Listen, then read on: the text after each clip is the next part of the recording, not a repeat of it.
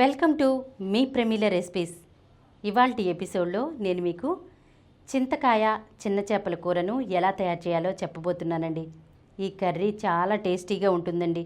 అంతేకాకుండా చాలా తక్కువ టైంలో చాలా ఈజీగా ప్రిపేర్ చేసుకోవచ్చు అన్నమాట.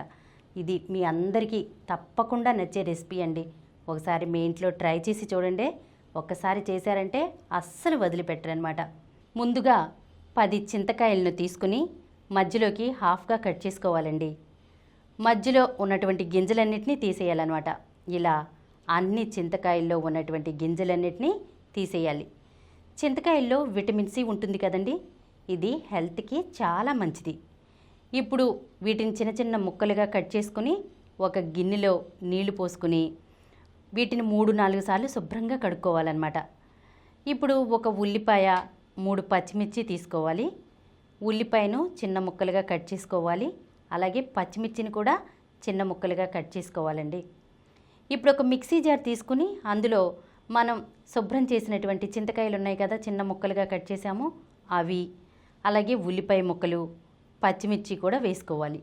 వీటన్నిటినీ కూడా కచ్చాపచ్చాగా గ్రైండ్ చేసుకోవాలన్నమాట. మరీ మెత్తగా గ్రైండ్ చేయకూడదండి. కచ్చాపచ్చాగా ఉంటేనే మనకి కర్రీ టేస్ట్ అనేది చాలా బాగుంటుంది. ఇప్పుడు స్టవ్ ఆన్ చేసి ప్యాన్ పెట్టుకుని అందులో 3 టేబుల్ స్పూన్ల ఆయిల్ వేసుకోండి. ఆయిల్ వేడెక్కిన తర్వాత ఇందులో చింతకాయ మనం పేస్ట్ చేసాం కదా, ఆ పేస్ట్ని వేసుకోవాలి.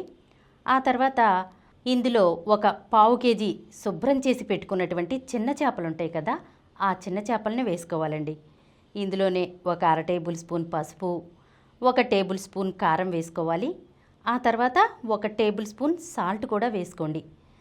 తర్వాత ఇందులో 1 గ్లాస్ వాటర్ పోసుకుని ఒకసారి కలుపుకుని ఉడికించుకోవాలన్నమాట. మంటను ముందు హై ఫ్లేమ్లో పెట్టుకుని ఉడికించుకోండి.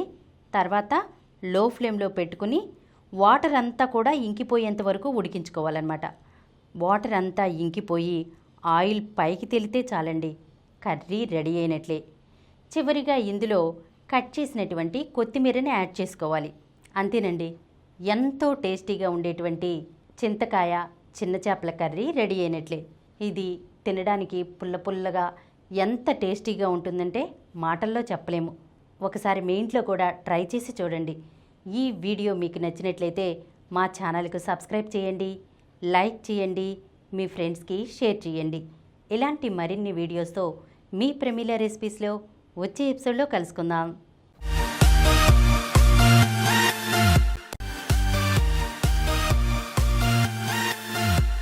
కార్యక్రమం మీకు ఎంతో నచ్చింది కదా.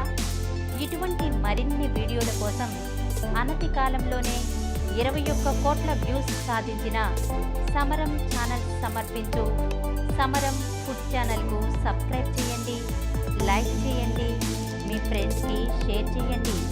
అలాగే ప్రక్కనున్న గంట సింబల్ని ప్రెస్ చేయడం మర్చిపోకండి.